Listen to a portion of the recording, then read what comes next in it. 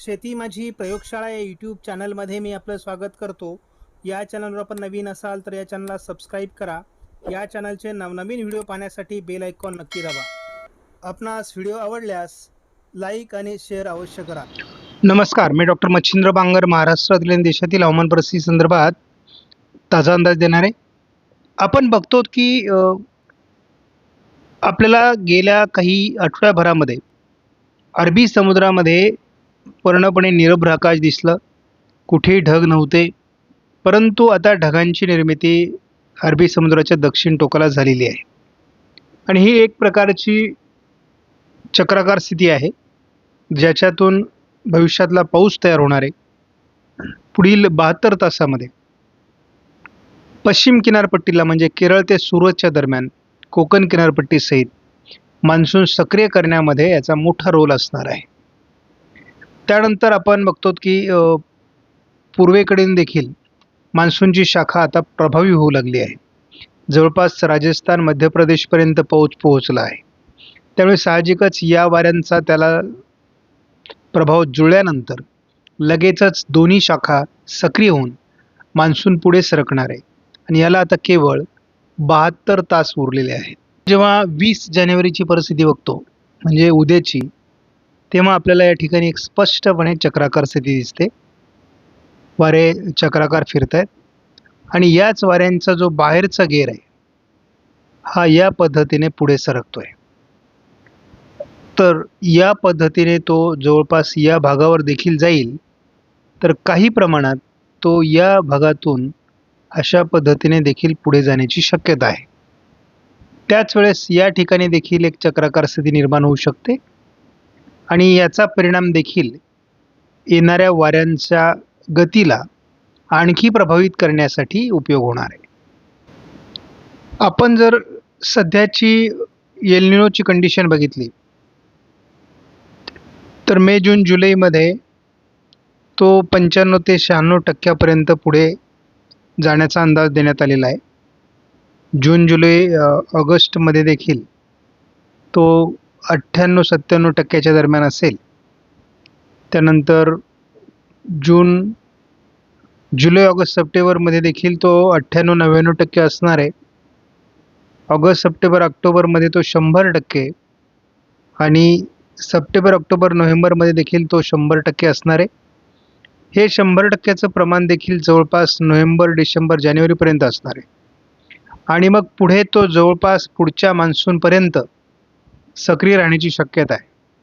एवढंच आहे की त्याचा प्रभाव हळूहळू कमी व्हायला लागेल, परंतु हा सुपर एल निनो म्हणा किंवा स्ट्रॉंग एल निनो जवळपास 12 महिने राहील असं दिसते आणि त्यामुळे दोन्ही मान्सून बऱ्यापैकी खराब करण्याची शक्यता या ठिकाणी दिसते. मात्र पुढच्या मान्सूनमध्ये याचा प्रभाव उतरता असल्यामुळे आपल्याला इतर घटक मदत करू शकतात असा अंदाज आहे.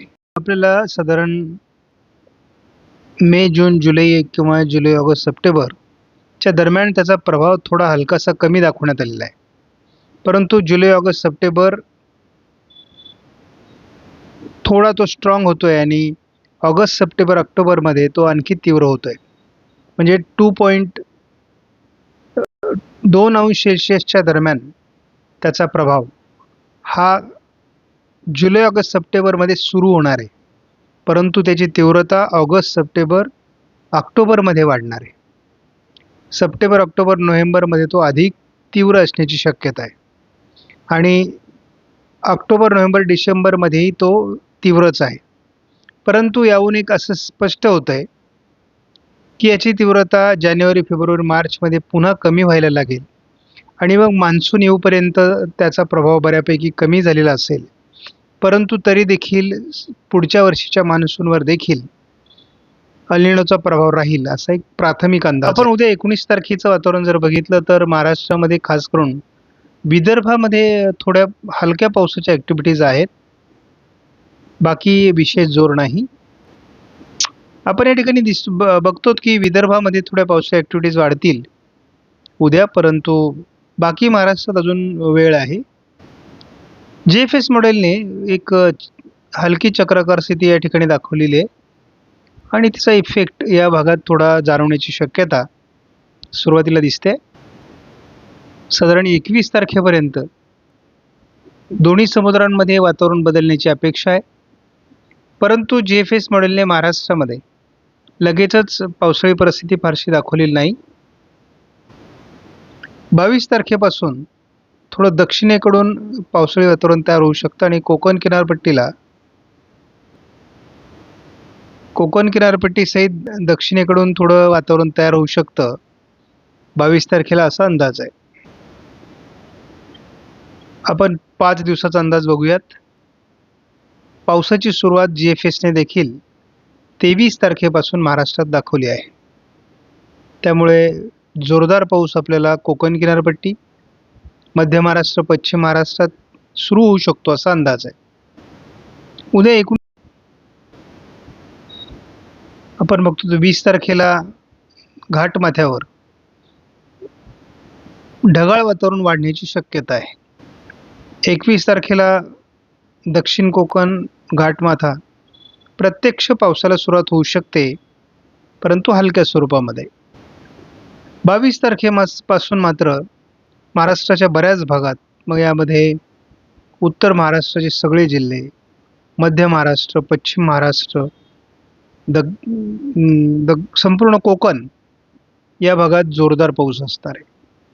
म्हणजे आपल्याला 22 तारखेपासून मान्सूनच्या ॲक्टिव्हिटीज सुरू होतील, परंतु सुरुवातीचा पाऊस हा संपूर्णपणे मान्सूनपूर्व पाऊस असणार आहे. कारण मेघगर्जना, वादळी वारे आणि जोरदार पाऊस अशा प्रकारचा मोठ्या स्वरूपाचा ढगफुटी सदृश्य पाऊस देखील काही भागात होऊ शकतो. सुरुवातीला आपण केवळ 22 तारखेपर्यंत जरी लक्ष दिलं ना, तरी आपल्याला कोकण किनारपट्टीला, पश्चिम महाराष्ट्रामध्ये, थोडं मराठवाड्यामध्ये पावसाला सुरुवात होईल असा अंदाज आहे. आपण फार तर एक दिवस पुढे सरकून बघितलं तर हा पाऊस आपल्याला मान्सूनच्या स्वरूपात पुढे सरकण्यास मदत करणार आहे. त्यामुळे साधारण 24-25 तारखेपर्यंत मान्सून महाराष्ट्राला व्यापेल असा आपला अंदाज आहे. परंतु 24 तारखेपर्यंत पडणारा पाऊस हा साधारणपणे मान्सूनपूर्व असेल. खरंच पाऊस येणार आहे का? शेतकरी मला फोन करतात आणि विचारतात, सर खरंच पाऊस येणार आहे का? खरंच पाऊस सुरू होणार आहे का? तर याला खरंचला काही अर्थ नसतो. कारण शेतकऱ्यांचं ते विचारणं बरोबर आहे आणि त्यांची ती तळमळ आहे. परंतु अडचण अशी आहे की हवामानाच्या अंदाजात निश्चित असं काहीच नसतं. सगळ्या गोष्टी बदलत राहतात आणि त्यामुळे आपल्याला एक 50-60% तरी शक्यता वाटते आहे की ही 22 तारखेपासून पावसाला सुरुवात होईल आणि ही शक्यता जर प्रत्यक्ष पाऊस झाला तर आणखी बळावेल. उद्या 20 तारखेला घाटमाथ्यावर ढगाळ परिस्थिती वाढण्याचा अंदाज आहे. थोडं परभणी, सोलापूर पूर्व, लातूर, धाराशिव, नांदेड, यवतमाळ, चंद्रपूर या भागात पावसाची शक्यता आहे. त्यानंतर 21 तारखेला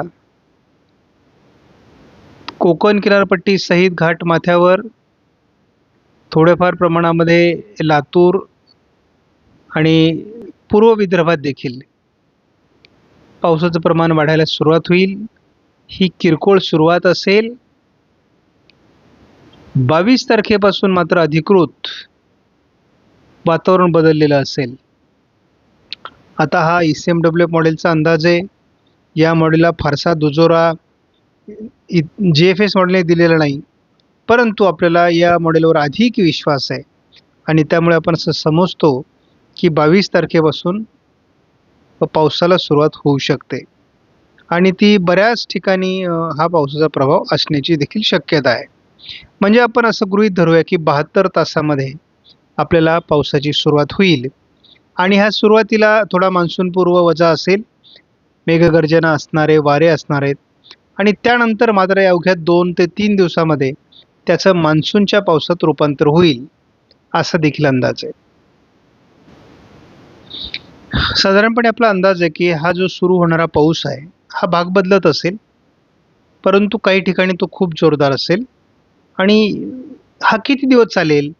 तर मी असं सांगतो की तुम्हाला 30 जूनपर्यंत तो असणारच आहे, परंतु जुलैच्या 4-5 तारखेपर्यंत देखील त्याचा प्रभाव राहण्याची शक्यता आहे. त्यामुळे बहुतांश महाराष्ट्रामध्ये पेरणीयोग्य पाऊस झालेला असेल शेतकरी समाधानी असतील. ओढ्या नाल्यांना काही ठिकाणी पाणी देखील प्रवाहित झालेलं असेल. सर्वत्र नाही, काही भागात. आपणास व्हिडिओमधील माहिती महत्त्वपूर्ण वाटल्यास लाईक करा, शेअर करा, चॅनलला सबस्क्राईब करा. धन्यवाद. जय हिंद, जय महाराष्ट्र, जय बळीराजा.